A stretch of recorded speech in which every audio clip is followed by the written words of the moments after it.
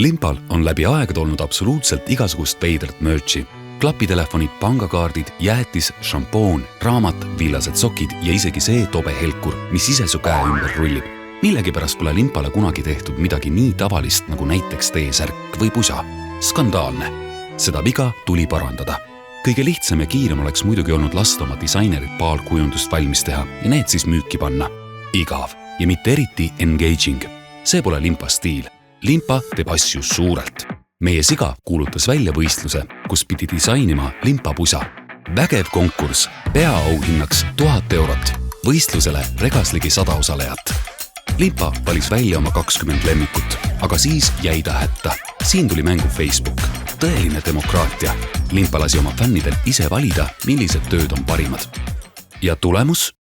Top 10 disainerit said osaleda Erki moeshow'l. Erki tiim leidis, et Limpa moeshow on nii oluline, et talle anti lausa võimalus teha kogu ürituse avapauk. Laval toimus täielik revolutsioon.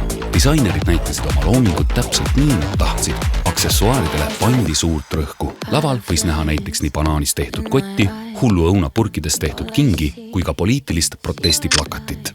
Limpa suur fänn Simo lõi show jaoks isegi spetsiaalse laulu, mis oli tõeline kõrvauss. Kõik 1000 pealtvaatajad nakatusid. Terve show vältel sai Limpa teha veel igasugu muid sigadusi. Näiteks pani ta aulasse püsti oma interpretatsiooni kuulsamatest kunstiteostest, mis tema meelest olid paremad kui originaalid.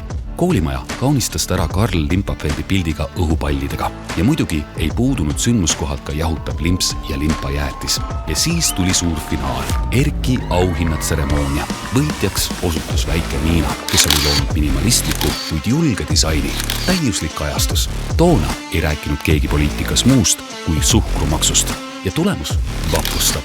Limpa kaasas ühe disaineri asemel hoopis tuhandeid inimesi oma loomeprotsessi.